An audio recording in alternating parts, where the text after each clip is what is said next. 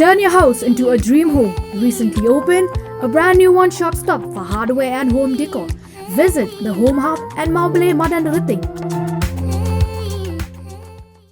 Ka ying dorban menta ka singi ka lapan pau ya ka jing sok ya halo ka jing shaklun o ki jaka puta jong ki Trai Shnong ha ki karkhana ha ki slem ki repair lingba ka jing pun kdor ya ka kandon Meghalaya Land Transfer Act shejar kana ispa nyu ko ar ha ka ba nyu 100% ki Trai Shnong ha ka jala kim dan ki jaka ki puta ya ka ni ka mat lawan ra du emily ka nong soy ba Gabriel walang up lapan pau ya ka jing sok ya halo ka jing shaklun ki jaka ha ki break ban nabar lingba ka kandon jong ka an ban wan seng karkhana seng jaka puli jaka maniplay pat ki kam ban roy ki ban ajung munto ya ki try mulok ulong babun ki barjala ki yo so clear ban klun ye ki jaka lingba ka jingshim wai ban seng karkhana banti mar po khondo ru bat kane kalakta ya kala ya ki try jaka ki khot ki bishim ban da ni kamat ki kunthop yu Dr. Celestine Lingdo wemeli gumsning wala pan pau bakat kum ka jingtep ki don nyu 100% ki nong shnong ha ni ki jala ki bam don chaka wat tang shi Inshi ru ne ki ba klam don chaka ai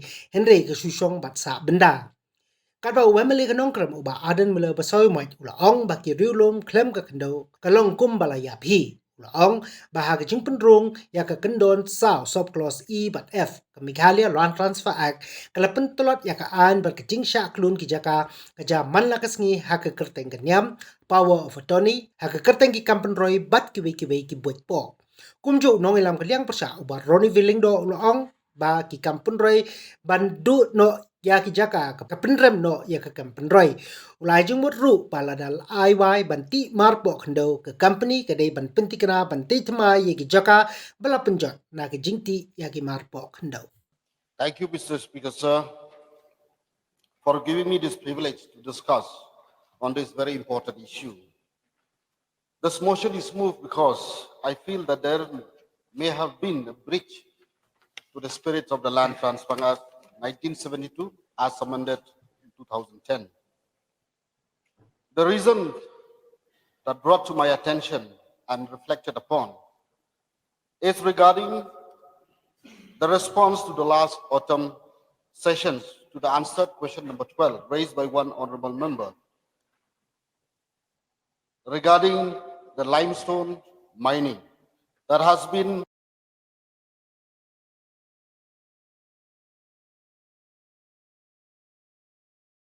Jaintia Hill and Narpu Ilaka on the public hearing of one of the cement company. We have seen, sir, what kind of eyes of some of the non-tribal employee of that cement factory are looking at our fellow friends and neighbors. This kind of language they have used, which is not only cursed but absurd and unacceptable. Of course, those people have been terminated from the job, but the message is loud and clear. There is very little love and respect for our beloved people. And the third point is that mineral resources have been leased from a tribal to a non-tribal or to a company in the form of mining lease agreement. Sir, as our leaders and our forefathers who have framed the act were far-sighted as they have already foreseen about what is going to happen to all of us in the absence and also in the misimplementation of the act. Mr. Speaker, sir, land sustains a very aspect of our life, providing fundamental support to our system and the foundation of our economy and the society.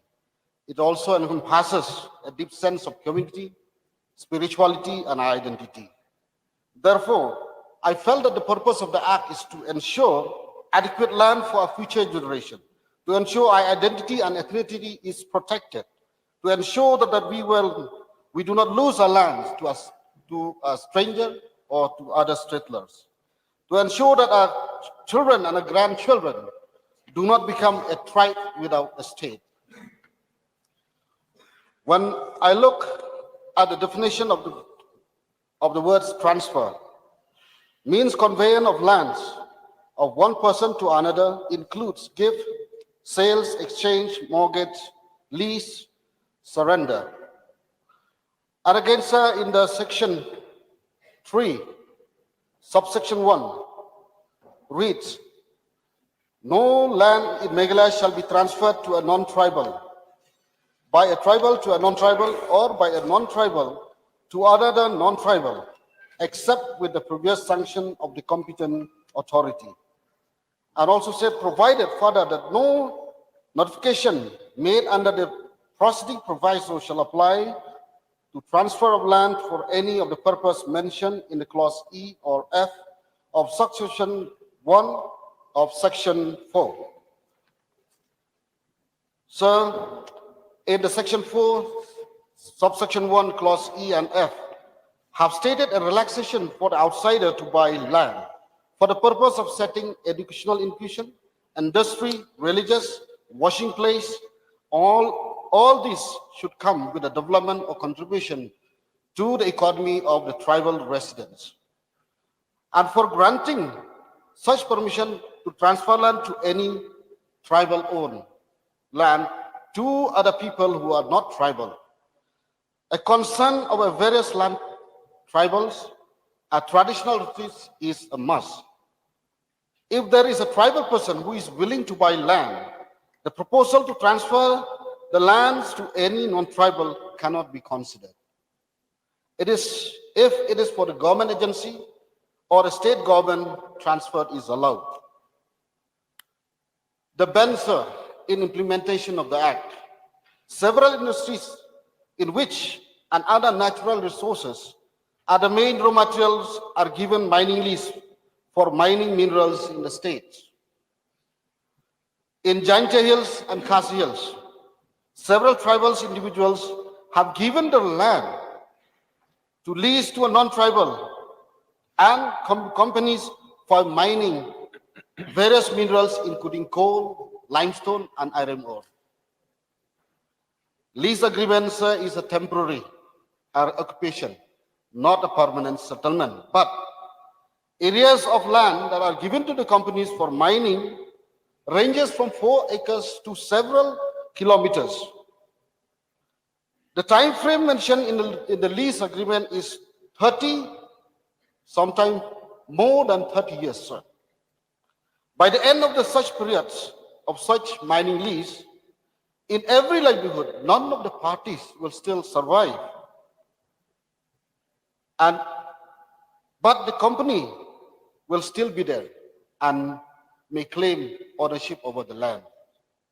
Whereas at a point of time, the successor of the person who grant mining lease of such companies will not even know or even is in possession of all required documents for reverting the land back to the tribal people.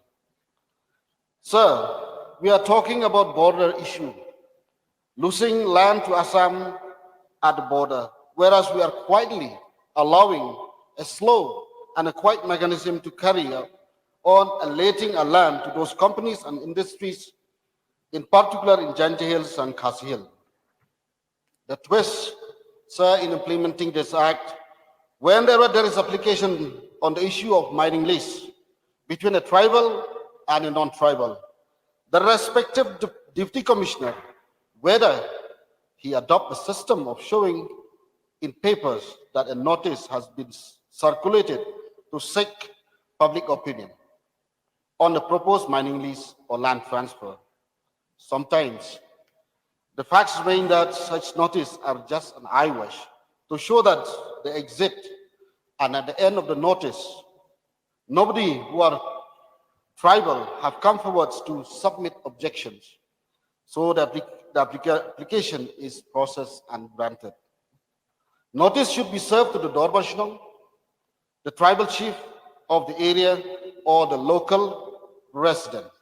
Sometimes nobody knows or aware of such existence of such notices. Subsequently, the mining lease was smoothly approved by the government. Mishandling of the act, sir, by the concerned department have overlooked the fact that transfer of land is allowed only for the purpose of setting up of industries, educational institution, and for religious place, and washing place only. The Act does not permit, sir, on transfer or issuing of lease for mining purpose. So the twisting and bending of this permit or approved mining lease to the companies or non-tribal are not legal and valid. We have to be clear, sir, in our minds, sir, mining is not industry, and industry is not mining. Mining is a process of extracting raw materials and other natural resources to feed to the industries. So what is important in implementing the Act in letter and spirit and its positive impacts on our local tribal residents of Meghalaya. The government should come up with certain policy to screen each and every sales deeds and land lease or transfer even among the tribals too. All land should be approved and certified by the concerned land and revenue officer of a respective district. The certificate should be issued by the revenue officer and should clearly state provisions of Regulation of Land Transfer Act are not attracted as both the parties are tribal, hence the approval. Henceforth, sir, this certificate shall be made compulsory and be a part of the document in the mining lease application. The Department of Mining and Geology or any other department in the governments of Meghalaya should revisit the mining lease granted to various parties immediately and cancel such lease if needed, if one of the parties is found to be not tribal. The Deputy Commissioner and the Revenue Officer of all districts in Meghalaya should be directed not to process or forward any mining lease application if both the parties are not tribals. Those mining lease which have been already expired should be reverted back to the landowner. Sir, the ongoing land alienation within the state should be stopped. And the impacts of the Act on local tribal residents of the Meghalaya.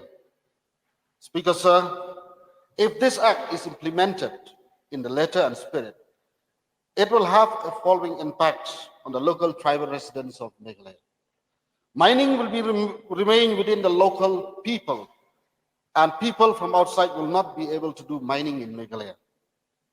It will generate number of opportunities and jobs for our local, as there will be sharp rise of granting mining licenses to our local people. Our local people will be a legal and legitimate suppliers of all minerals to the industries and the companies.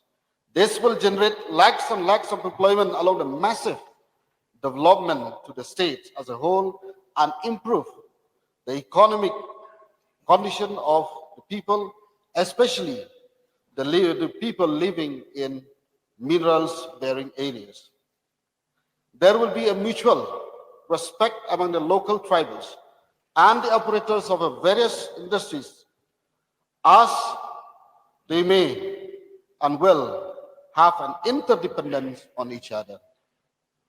And also, Speaker Sir, positive impacts on the local residents and also a conducive atmosphere for the tribal and the industry relationship. So, the Meghalaya Transfer of Land Regulation Act was enacted to prevent the alienation of land from a tribal to a non-tribal. So I have been saying this, and I will say it now again, that a tribal without land is as good as dead. So the alienation of land is taking place every day in different forms of interpretations. It is taking place in the form of the power of attorney, in the name of religion, in the name of development, and various disguised manner. So the insertion of section 41E and F into the Meghalaya Transfer of Land Regulation Act 1972 has diluted the spirit of the act. So in the present day, lands are being transferred in large tract from a tribal to another tribal to facilitate the use of land by the non-tribal, avoiding the Land Transfer Act. This is more dangerous transfer and mode of modus operandi. The talk is doing the rounds that men in power bought huge tracts of land in the proposed sites of New Shillong Township before the local residents came to know about the project, which has resulted in the alienation of land and benefits from the local population. The local people, instead of selling their land to the government at a better rate, they are made to sell to these individuals at the throwaway prices, and they in turn will sell to the government. So, what is the meaning of alienation from a wider perspective? It is when a person or group of people becomes separated from something which is essential to the nature or from society. So, we know that we are already having numerous numbers of laws to protect and safeguard our identity and our interest, like the Meghalaya Transfer of Land Regulation Act 1972, the Benami Transaction Act 1980, the Trading by Non-Tribal Regulation Act. We have the district council and the state government. But why are we still afraid for our future? And that the sense of insecurity still dictates our minds. So, according to my understanding, and this is actually, in fact, a crux of the problem, it is all because of corruption. Therefore, the more we try to ignore corruption, the more the danger for the state. The Chief Minister, while responding to the issue of Lokayukta being raised by our honorable member from North Shillong, Adalbert Nongrum, had mentioned that the Lokayukta is fully functioned. So the question here is whether it is allowed to function independently without the interference of the state government, whether its autonomy is being compromised or not. From what was happening recently, it was seen so that the autonomy of the Lokayukta was being compromised. The chairman of the Lokayukta had to remove 3 officials under the recommendation of the state government. The state government claimed that the appointments of these 3 officials were illegal. So it is laughable that it took more than a year for the government to unearth its own mistakes. Moreover, the Chief Minister said that the appointment of serving officials would save the expenses of the government. Oh, what an irony. The same person who is so concerned about saving the state's exchequer when the government appointed the 3 officials in the Lokayukta is the same person who defended the appointment of 175 political appointees. Therefore, sir, the removal of those 3 officials was nothing but a punishment for carrying out their job honestly. It was also a clear message to others that this is going to happen if you should carry your jobs honestly. Please stick to the subject matter. Yeah, sir, I'm coming to the crux of the problem, sir. I've already explained. When we talk about corruption, sir, we need to know that the meaning of corruption does not confine to monetary terms only, but has a wider connotation. It also means any action which does not conform to the rules, procedures, and practices is also an act of corruption. Misusing and abusing of power is also an act of corruption. So, I don't want to say this, but I was left with no option. So, without any iota of doubt and with conviction, I can say that I've never come across this leadership such as this, which is so vindictive and corrupt. So it has been a normal practice that the Block Monitoring Development Monitoring Council, Block Development Monitoring Council, BDMC, in the block level, is to be reconstituted every 5 years. And the names of these members used to be recommended by the incumbent MLA. These committees, as we all know, is a direct link between the blocks and the local representatives. So, however, till today, the government has not approved the recommendations made by the incumbent MLAs in many of the constituencies belonging to the opposition, and instead allow the committees to function comprising of members recommended by the previous MLAs. So I feel this is not fair. I feel this is not fair because we are elected, duly elected by the people. You may not like me, you may dislike me, but you cannot insult the people who have voted us as MLA. So, had it been a personal matter, I would have remained silent. But I will not allow no one to insult the people who have elected us to power. So, the purchase of land by the government to create land banks is also another concern of alienation of land if no measures are adopted to protect the interests of the local people. So, in fact, when we look at the leadership, we always look at them as a fatherly figure who would embrace everyone.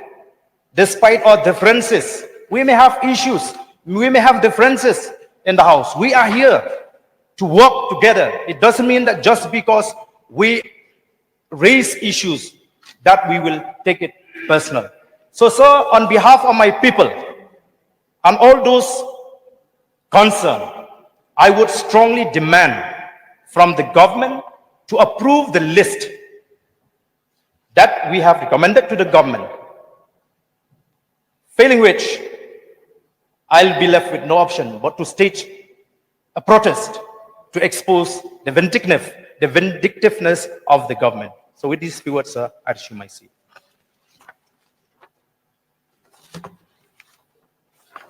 Rupert Momin, Honorable MLA from Kharkota.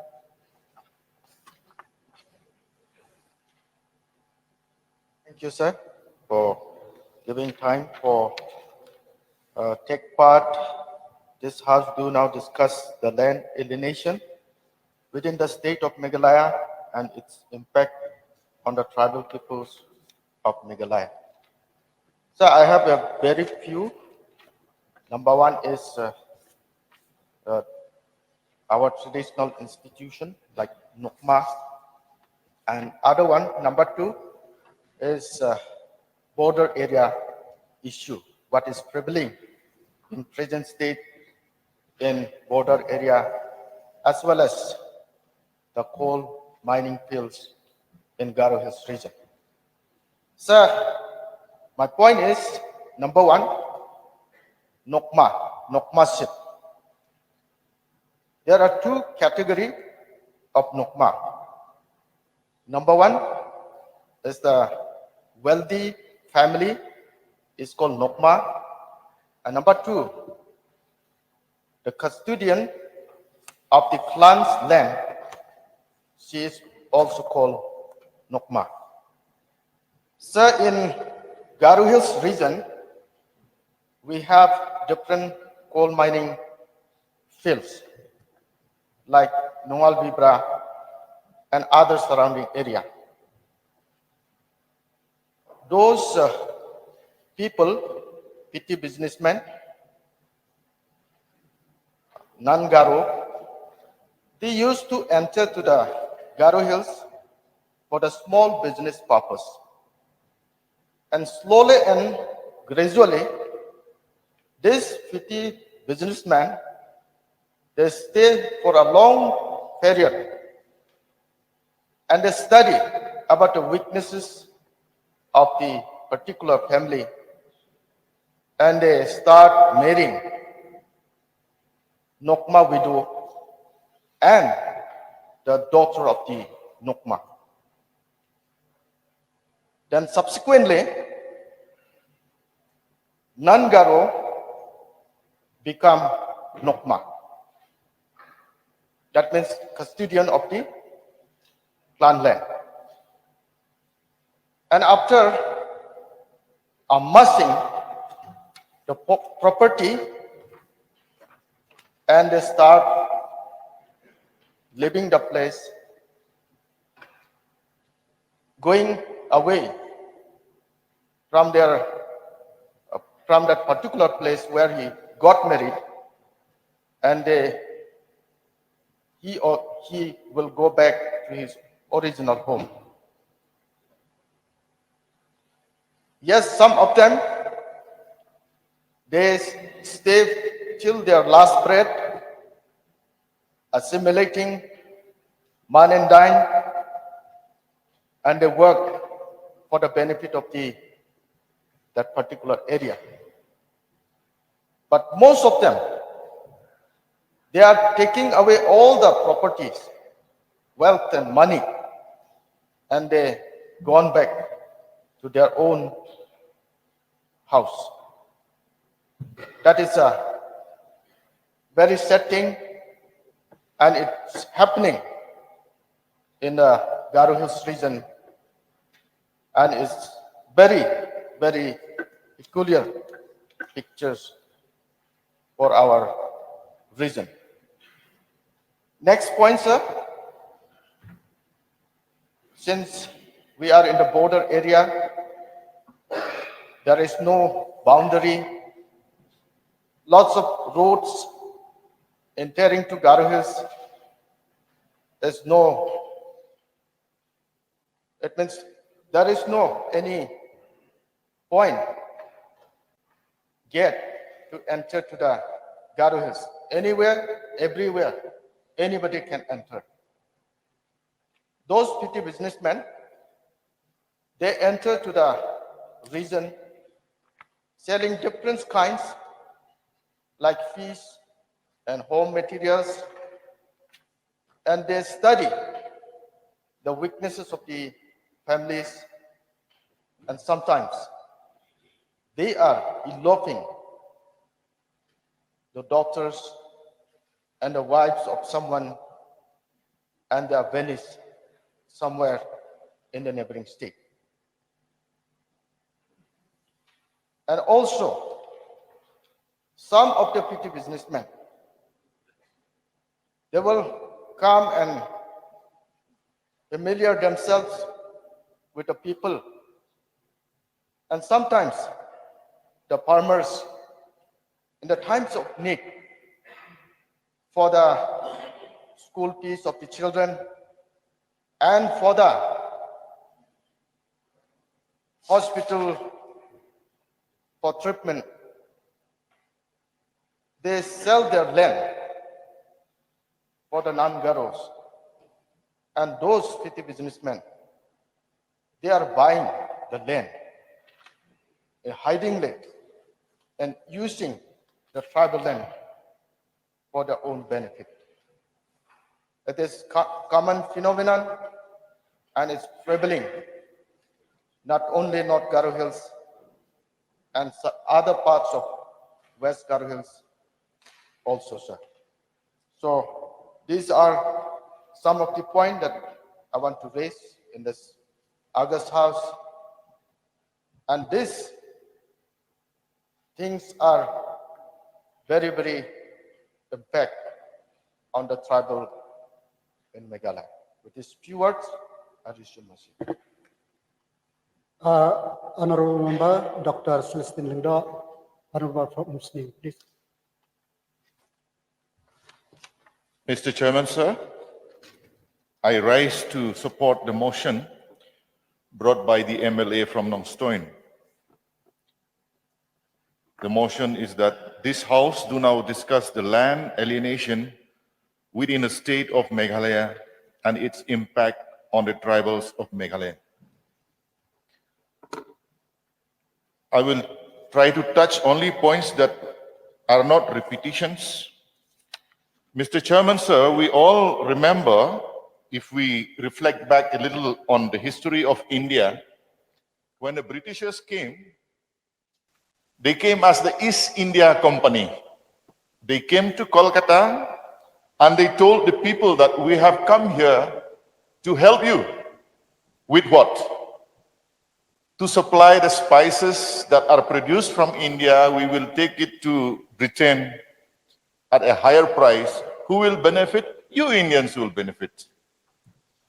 The silk that you produce, all these spices that you produce will get a higher benefit to you.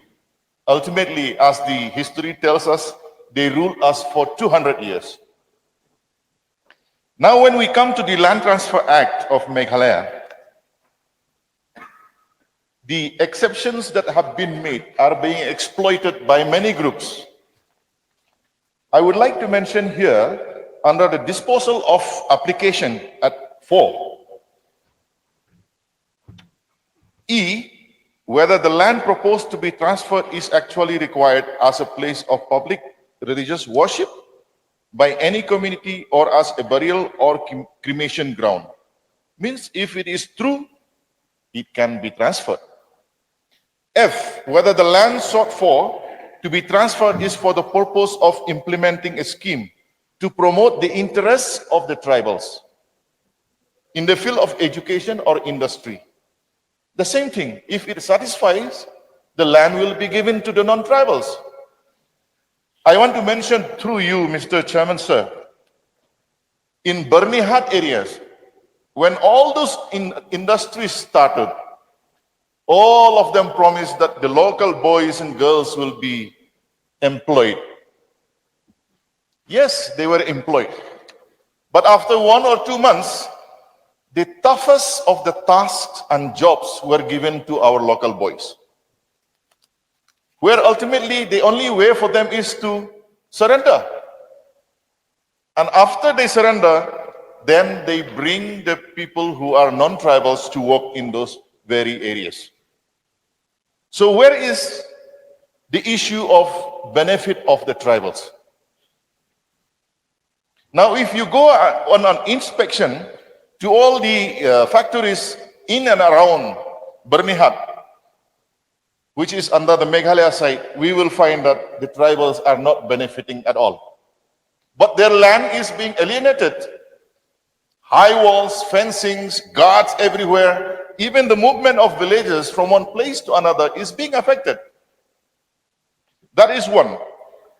Then another part is, when it is agreed that the land will be transferred for an educational institution or for other purposes which is already relaxed under the exceptions, what we find is that the Deputy Commissioner's office in any district, they are busy with so many other activities. But the clauses here provide that in disposal of application, at point number 3, every application for sanction under this section shall be disposed of by the competent authority as early as possible and not later than 6 months. At the end of 6 months, at rule number 4, if there is no communication, it is deemed that sanction has been accorded.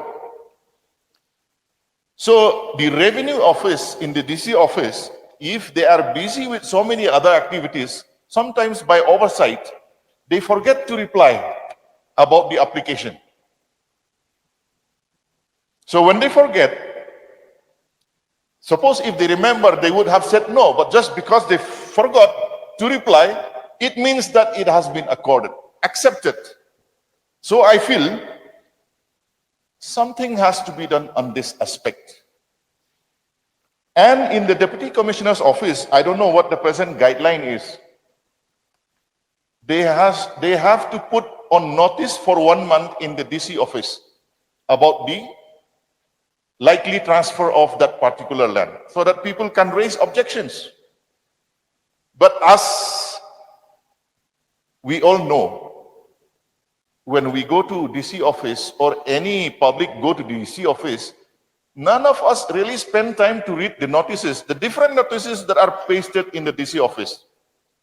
Sometimes the notice might be there, the general public is not aware, or they just don't take the interest to read.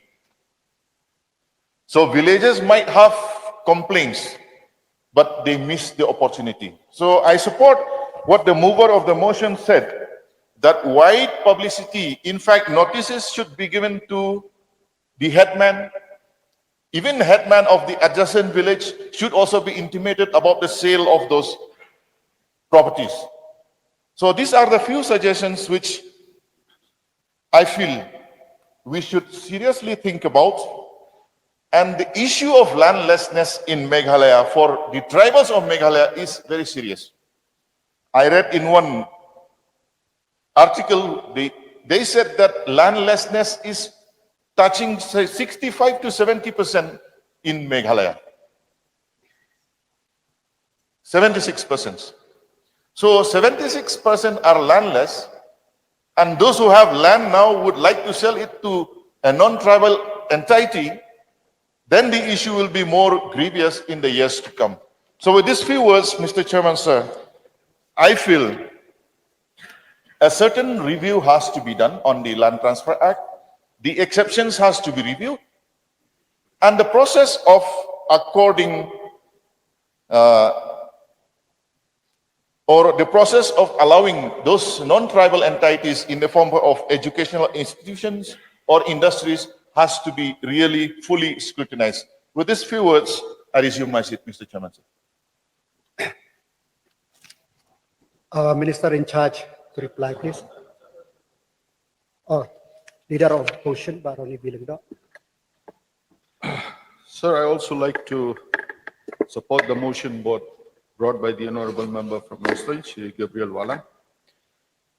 Sir, land is very important. In fact, you'll see wars now being fought on the issue of land. So, sir, we just want to stress the importance of land, and especially for a small community of Meghalaya, at least 35 lakhs. And as stated by some of the members, 76% of the people are landless. Sir, I just want to give some suggestion. For example, now, if an entity that wants to set up industrial unit here, we have to study carefully the area of land that they require. For example, now, if it is required only 10 acres or 10 hectares, why would we give more than that, sir?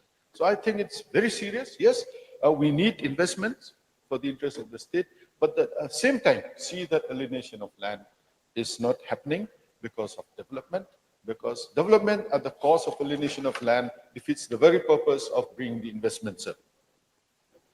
Sir, now I want to, that is one point. Another point is, sir, for example, now if we've leased out lands for mining or for any other purpose, now if the land is degraded, in the literal sense of the meaning, sir, that is not land alienation, but the land has become useless for any other purpose later on. Suppose now the lease ends. So, sir, I would like to suggest when we give lands on lease for mining or for any other purpose, ensure that land degradation is not there. Because land degradation, in the literal sense of the meaning, is not land alienation, sir. But if the land cannot be used for any meaningful purpose, that is worse than alienation. You have large tracts of land degraded that which cannot be used for any meaningful purpose, whether for agriculture or for anything. So, sir, I think some amendments should be made to ensure that those who have been given mining lease also take, to ensure that the land is reclaimed, reclamation of land in the sense, in the sense of afforestation, or ensure that the land rehabilitation, reclamation of those, degraded land. Because if huge tracts are degraded, it's as good as alienated, sir.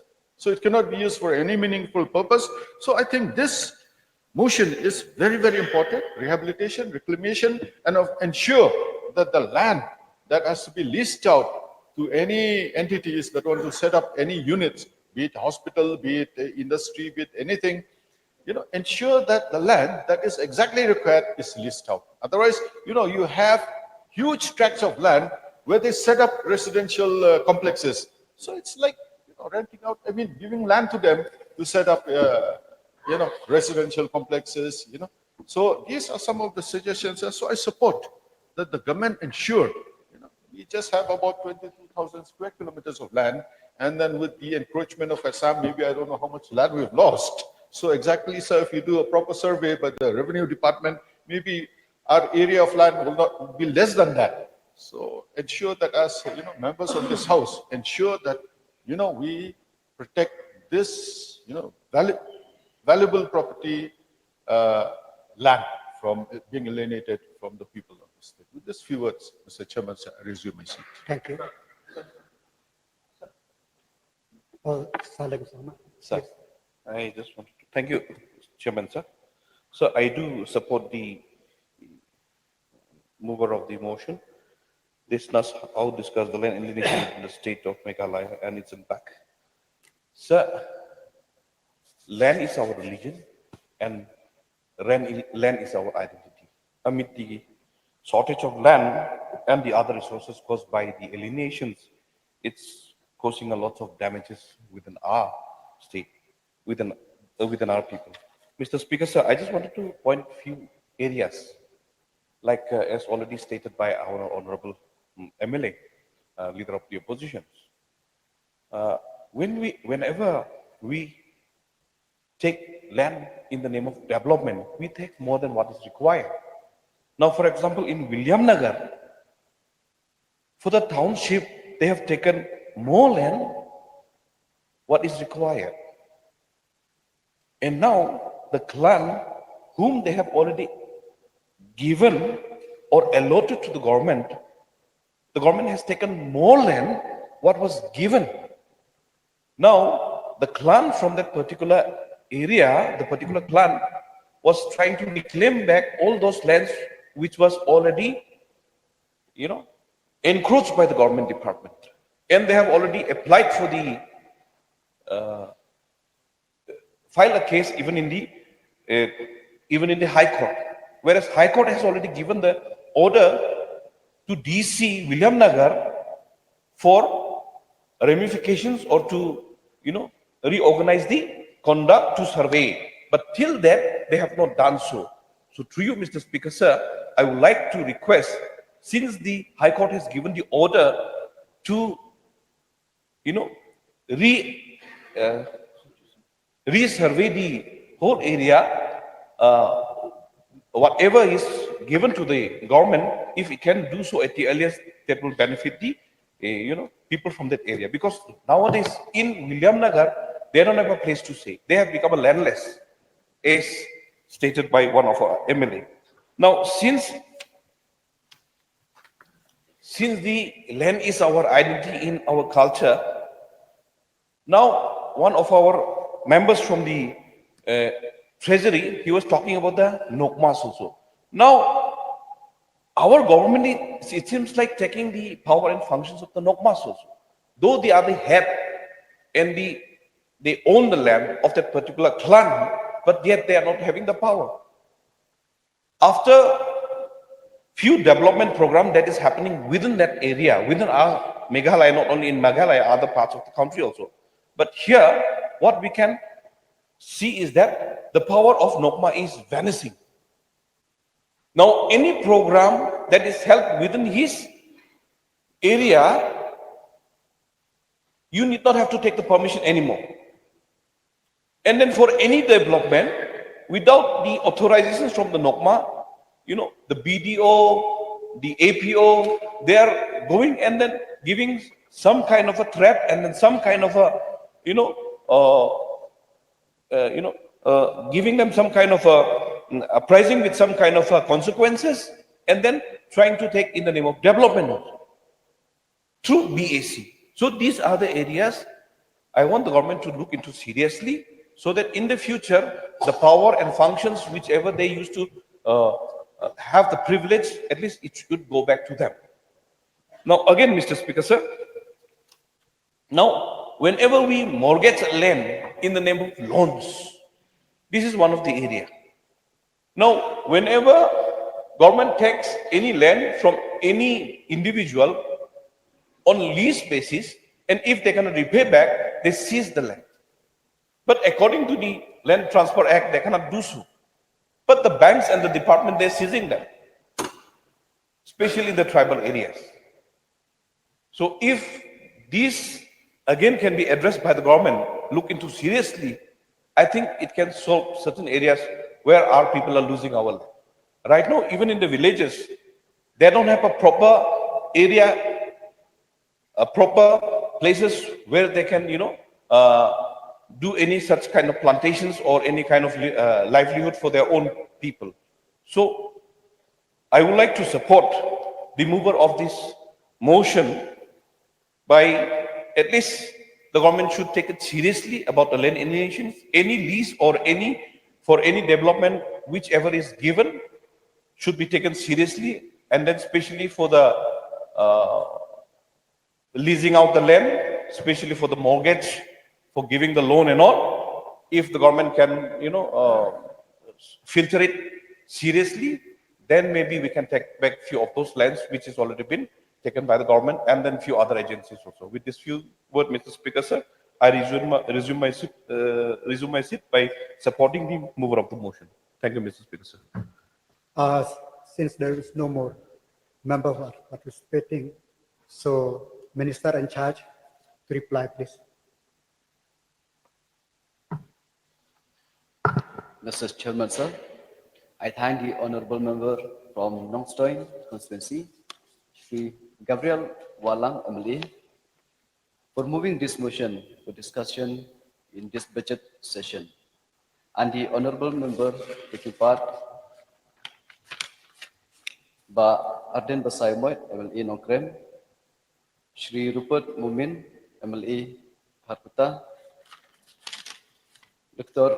Celestine Longdo, MLA Umsning, Leader of Opposition, Shri Roni B. Longdo, MLA Malen, Shri Saling Sama, MLA Gambikwe, for raising their points and suggestions. Sir, under the 6th schedule of the Constitution, overall management of land in the scheduled areas based in the autonomous district council, but power of the state government under the Constitution also exists side by side. However, statutory responsibilities still remain with the government in the revenue and disaster management departments, as also superintendents of administration of government lands. The Assam Land and Revenue Regulation 1886 was adopted in the year 1972.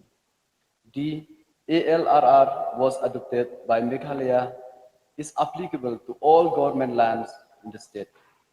Certain provisions of the Act are applicable more or less throughout the state, subject to some exception or modification with respect to registration of land in autonomous district councils. Government in various departments has large area of land spread all over the state. These lands are occupied by various government departments and are administered by the concerned department under the general supervision and control of General Administration Department and Revenue Department. The Meghalaya Land Survey and Records Preparation Act 1980 provides for cadastral survey of land in the state and preparation of land records. The Act was amended in the year 1991 to involve the District Council in implementation of the provisions of the Act, as the scheme of cadastral survey has been decided to be implemented by the District Council with financial and technical assistance from the state government. Assistance is being provided to district councils by the state government for the purpose. Sir, the private land ownership in Meghalaya coexists alongside the traditional community land tenure system, and government control land. Private lands in Meghalaya are owned by individuals or entities, distinct from the collective ownership prevalent in many indigenous communities. Private land can be acquired through purchase, inheritance, extra. The transfer of private land involves formal documentation and registration, and the ownership and management of private land are governed by various laws and regulations, including the Meghalaya Land Transfer Act and other relevant lands laws.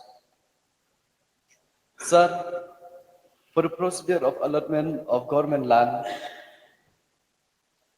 sir, as I mentioned earlier, the government in various departments have large area of land spread all over the state.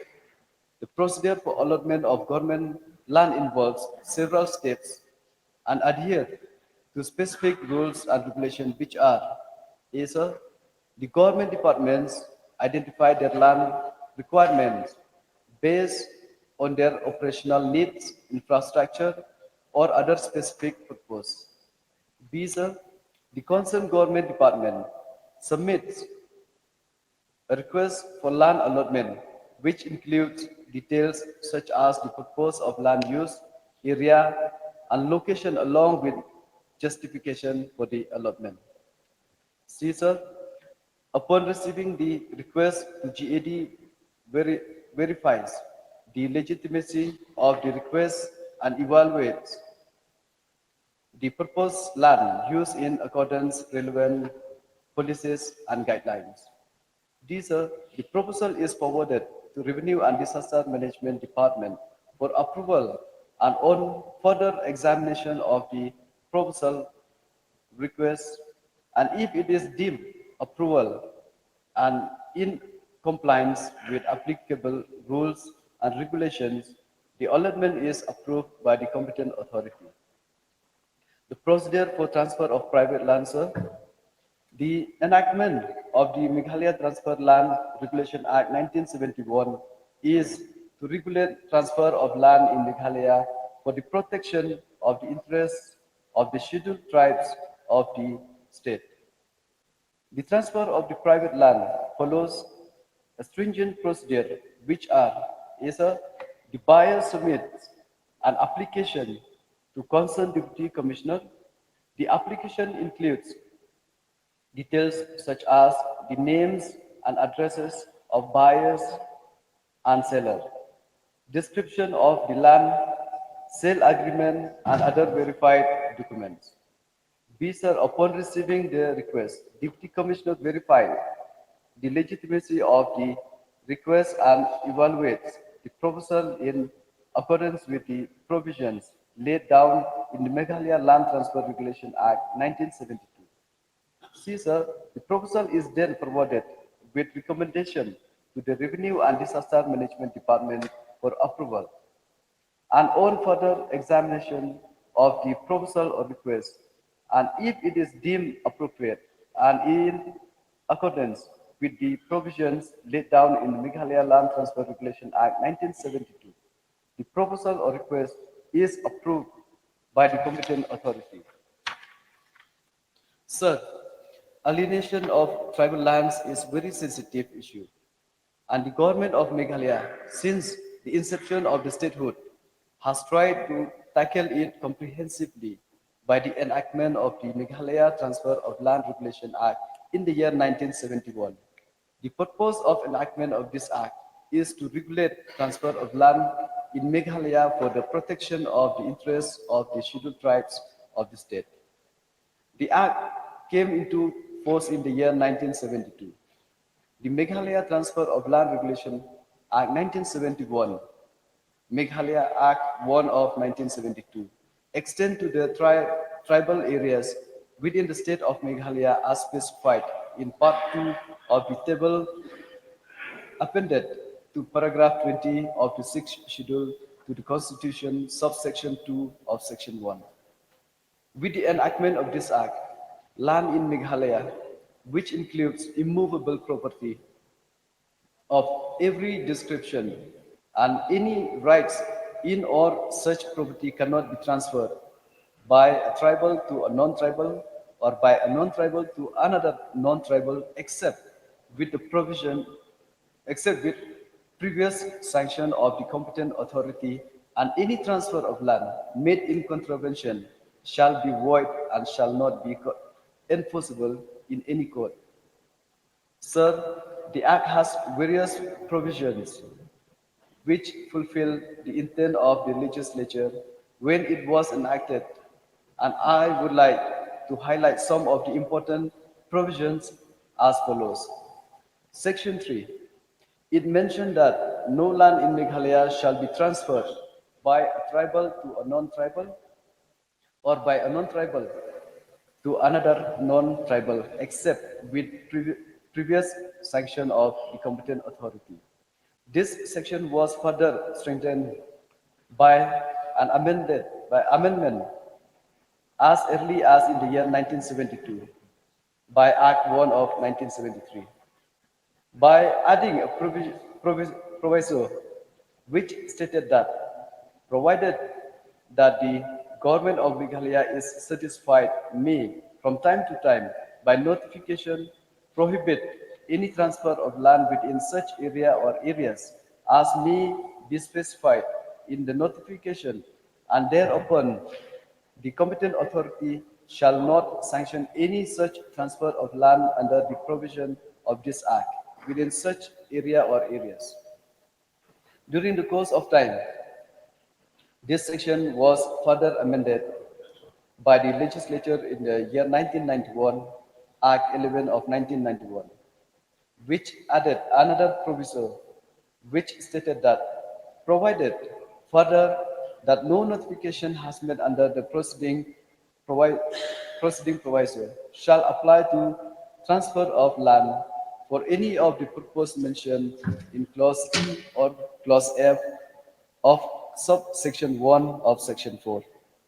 Therefore, sir, the two important exceptions allowed by the amendment of 1991 are Section 4(1)(e), whether the land proposed to be transferred is required as a place of public religious worship by any community or as burial or cremation ground. To such Section 4(1)(f), whether the land sought to be transferred is for the purpose of implementing a scheme to promote the interests of the tribals in the field of education or industry. Section 4.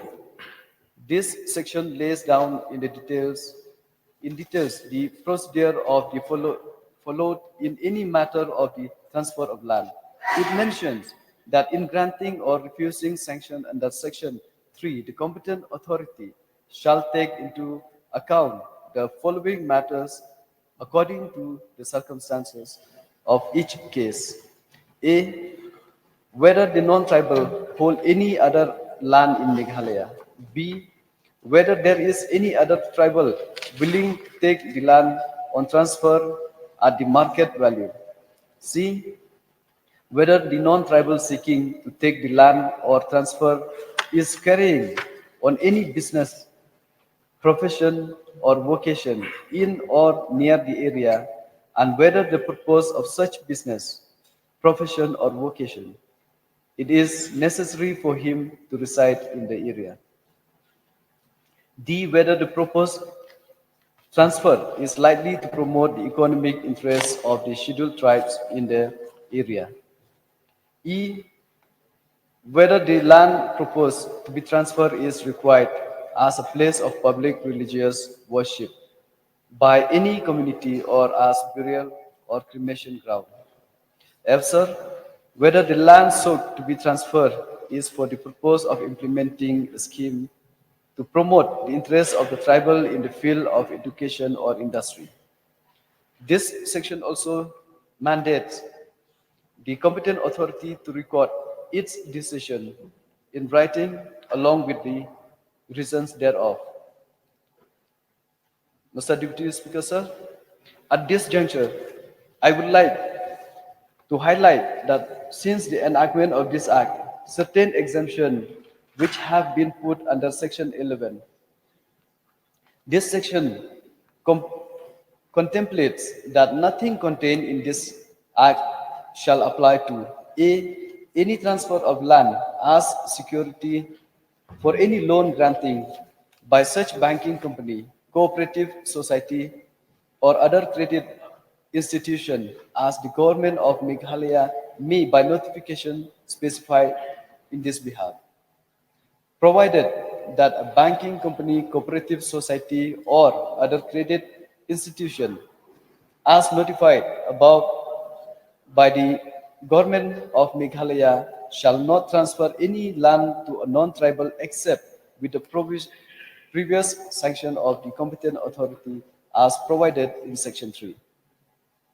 B. Sir, the letting out on rent of any building standing on land. C. Sir, any transfer of land to or in favor of government or district council. D. Sir, any transfer of land to or in favor of 1.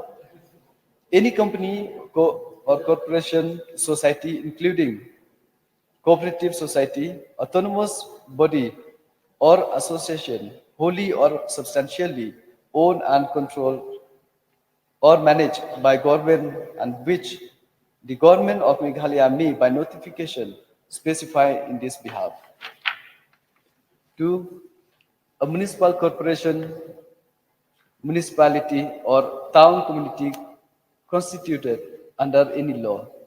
Sir, the government of Meghalaya in the revenue and disaster management regulates various applications on matters relating to A. Transfer of land, which include gift, sale, exchange, mortgage, lease, surrender, will. B. Change of land use of leased land. C. Inclusion or and deletion of names in the lease documents of the leased land. D. Regularization of excess area of the leased land. E. Settlement or allotment of government land. New lease. Sir, the government has put in place various safeguard mechanisms to ensure that provisions of the Act are followed stringently. Some of them are the notification dated 7 June 1978 prohibits transfer of land by a non-tribal to by a tribal to a non-tribal or by a non-tribal to another non-tribal within the areas specified below. The areas within the Khasi Hills district except the area to which the Act opposite does not apply. 2. The area within the Jaintia Hills district. 3. The areas within the West Khasi Hills district. Notification dated 2nd February 1979 prohibits transfer of land by a tribal to a non-tribal or by a non-tribal to another non-tribal within the areas specified below. Number 1, the areas within the West Garo Hills district except the area within Moza. Number 6. 2. The area within the East Garo Hills district. 3. Allotment or settlement of land or government land for private purpose will no longer be considered as per Office Memorandum number RDS 28/92/27 dated 24th June 1998. Revenue or renewal of lease and enhancement of land revenue for government land lease to individual has to be renewed after a period of 30 years as per Office Memorandum RDS 69/87/25 dated 25th January 1988. The procedure to be adopted for revenue plots by way of lease agreement in which the department, while processing any case, abides by the Meghalaya Transfer of Land Regulation Act 1971 and Meghalaya Transfer of Land Regulation Rule 1974, has been clearly indicated in instruction issued white letter number RDS 53/86 PT/PT/91 dated 20th June 1998. Further transfer of government revenue land, government to lessee.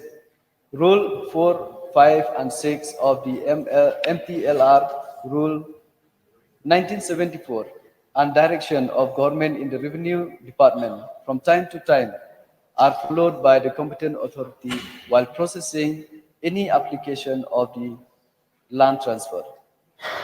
For transfer of land from tribal to non-tribal, especially to the companies, Rule 456 and single window agency clearance, consent to operate, consent to establish, NOC from district council and local authorities, inspection, report, maps, land documents, public notice, and direction of government in the revenue department from time to time are followed by the competent authority while processing any application of land transfer.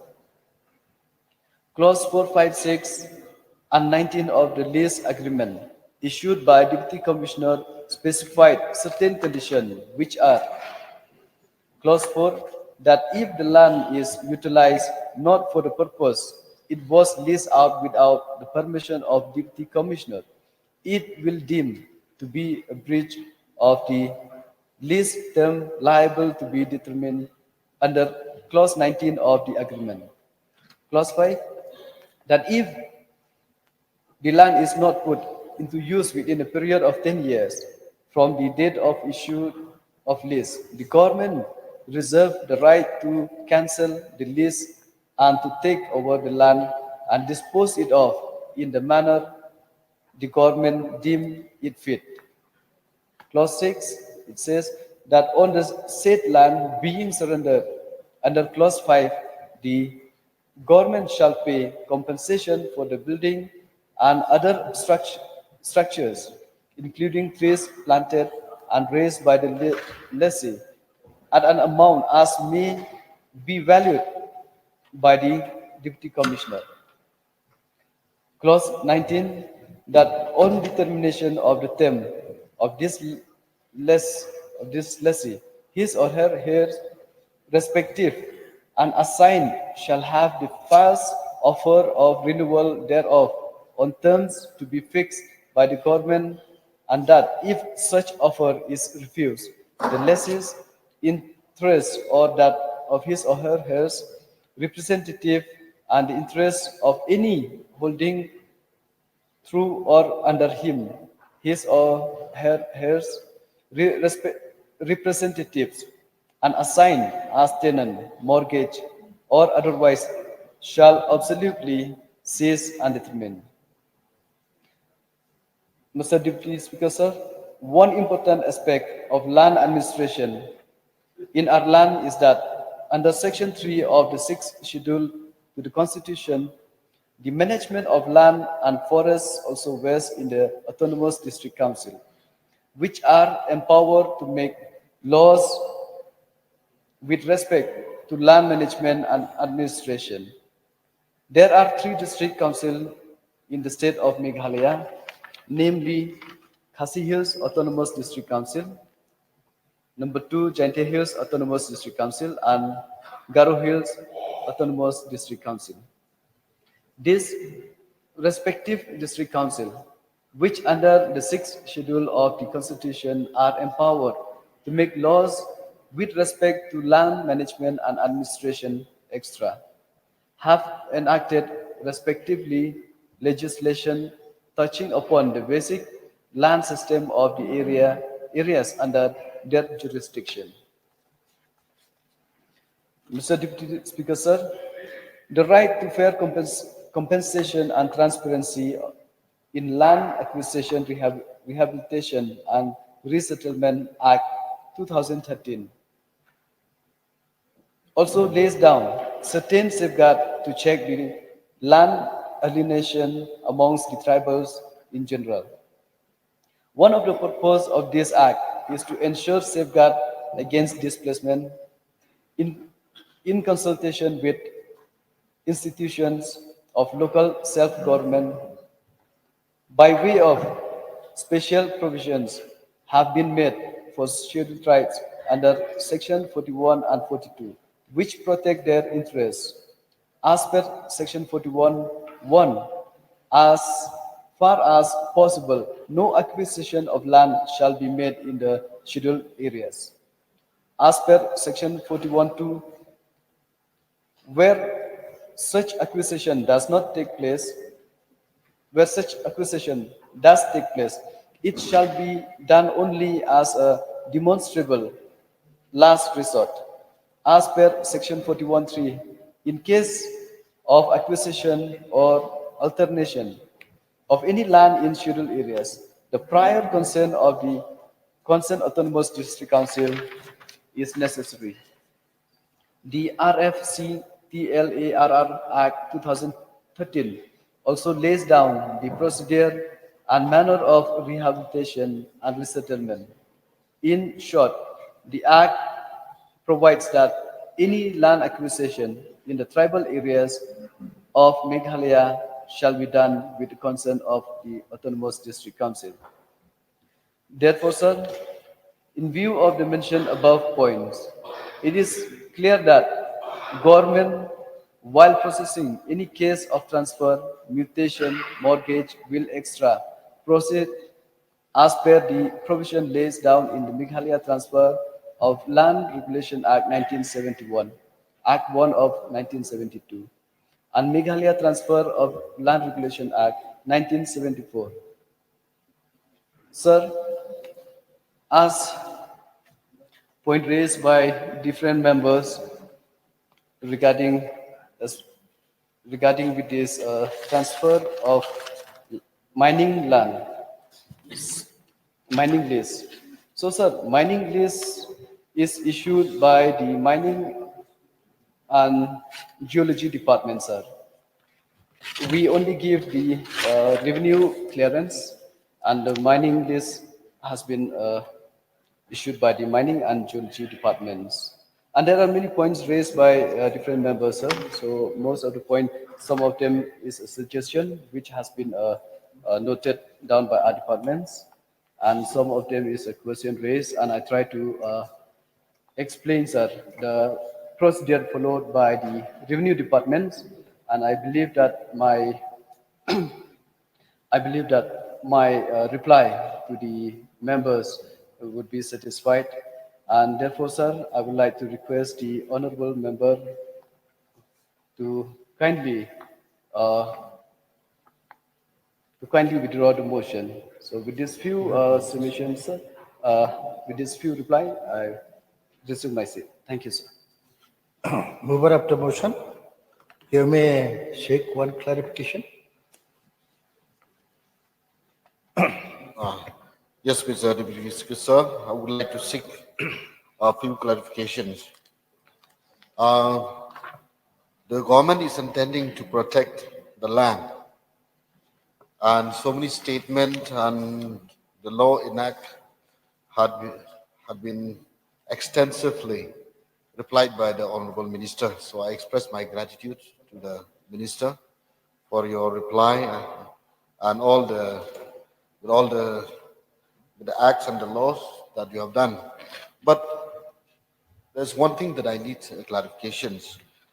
Land belongs to the revenue departments, and the minister in charge was saying that the land which is doing the lease in the area of industries are done by the mining and geology department.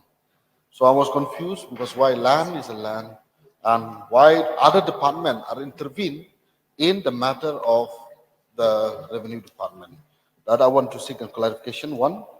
And another important aspect is that, you see, our land has been alienated mostly, not on selling by a non-tribal to a non-tribal, not on purchase, but maximum has been doing on the lease.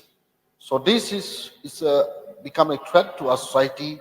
If more and more land are giving lease to the company, what will happen to our next generation? That's, I need to seek some clarification. Yes, sir. When it comes to lease of land for setting up of industries, it does come to the Revenue and Disaster Management Department. But when it comes to the mining lease, we only give the clearance, and the lease is done by the Mining and Geology Department, sir. So our intention is not to lease the land to any non-tribals for the purpose of losing our land, but all we want is that when we lease, after thoroughly follow the procedures, then after fully satisfied by what is their intention of setting up the industries, then only, sir, we go ahead with the lease of land. Otherwise, if we feel that this proposal is not for the benefits of the tribal people of our state, so this kind of proposal, it can be rejected, and we will reject it. And we make sure that we will not allow any misuse of our land when it comes to tribal lands in our state, and will protect it, sir, as per this, as per the mentioned the rules, and then all these clause which we needs to be followed. We make sure that our land is safe, and we will protect it.